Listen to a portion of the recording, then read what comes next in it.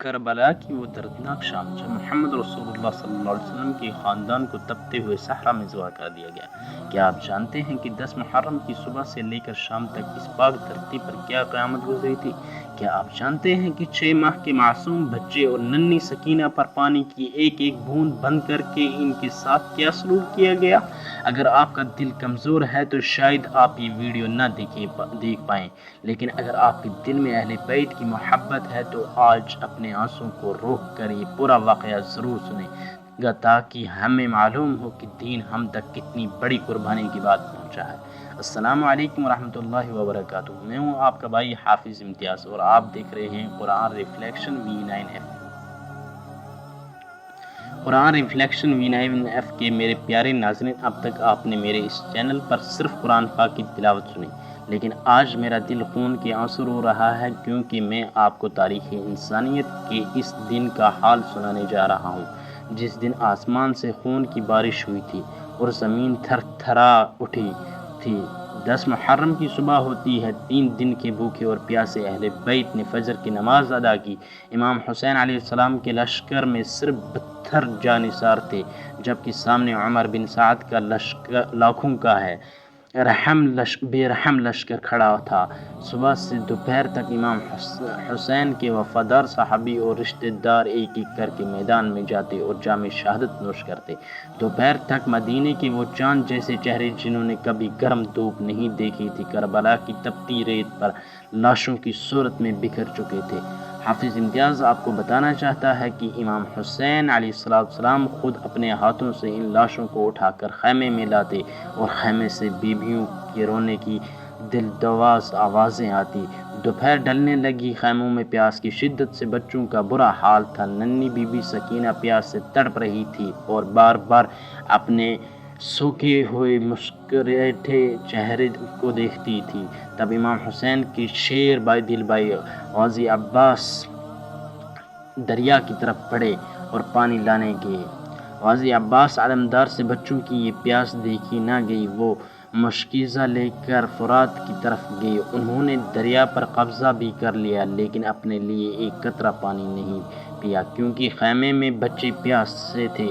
واپسی پر ظالموں نے ان پر چاروں طرف سے حملہ کیا۔ غازی عباس کے بازو کاٹ دیے گئے، آنکھ میں تیر لگا، مشکیزے تیروں سے چھلنی ہو گیا لیکن پانی خیمے تک نہ پہنچ سکا اور غازی عباس تپتی ریت پر شہید ہو گئے۔ اب خیموں میں کوئی بڑا مرد نہیں بچا تھا۔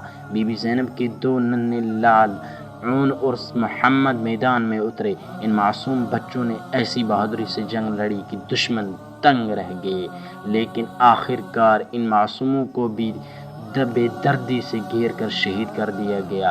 اب وہ وقت آتا ہے جو پتھر دل انسان کو بھی رلا دے۔ 6 ماہ کے معصوم علی اصغر پیاس سے نیلا پڑ چکے تھے اور ان کی زبان سوکھ کر کانٹا بن چکی تھی۔ بی بی رباب نے تڑپ کر کہا کہ آقا، اس بچے کو میدان میں لے جائیں، شاید دشمن اس معصوم کا سوکھا ہوا گلا دیکھ کر اسے 2 بوند پانی دے دے۔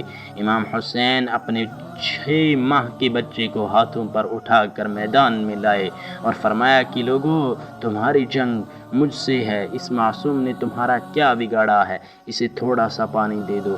جواب میں پانی نہیں ملا بلکہ یزیدی فوج کے ظالم حرملہ نے ایک تیز تیر 3 بھال والا زہریلا تیر مارا جو معصوم علی اصغر کی ننھی سی گردن کو چیرتا ہوا امام حسین کے بازو میں پیوست ہو گیا۔ باپ کے ہاتھوں پر 6 ماہ کا بچہ تڑپ کر خاموش ہو گیا۔ امام نے اس معصوم خون اپنے چہرے پر ملایا اور فرمایا کہ یا اللہ، میں اس قربانی پر بھی راضی ہوں۔ اب عصر کا وقت ہو چکا تھا۔ نوجوان بیٹے علی اکبر کی لاش اٹھانے کے بعد اب خود امام حسین تنہا کھڑے تھے۔ آپ کا پورا جسم تیروں اور تلواروں کے زخموں سے چھلنی تھا۔ آپ گھوڑے سے زمین پر تشریف لائے۔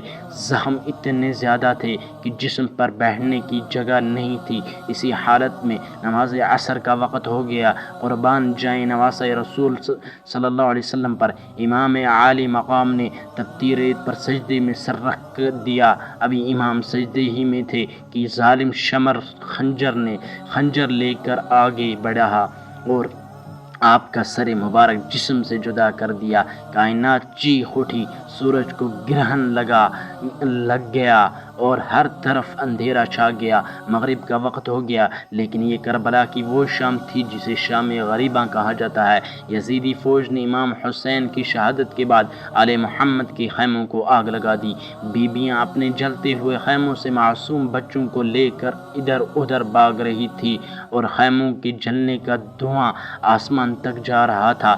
سید سجاد امام زین العابدین جو شدید بیمار تھے اور اٹھ بھی نہیں سکتے تھے، ان کے گلے میں بھاری طوق اور پیروں میں لوہے کی زنجیریں ڈال دی گئی۔ ننھی سکینہ کے کانوں سے ظالموں نے بالیاں نوچیں جن سے ان کے معصوم کانوں سے خون بہنے لگا۔ میرے پیارے بھائیوں اور بہنوں، یہ تھی وہ عظیم اور بے مثال قربانی جو امام حسین اور ان کے معصوم بچوں نے اسلام کو زندہ رکھنے کے لیے دی۔ آج میں حافظ امتیاز اپنے چینل قرآن ریفلیکشن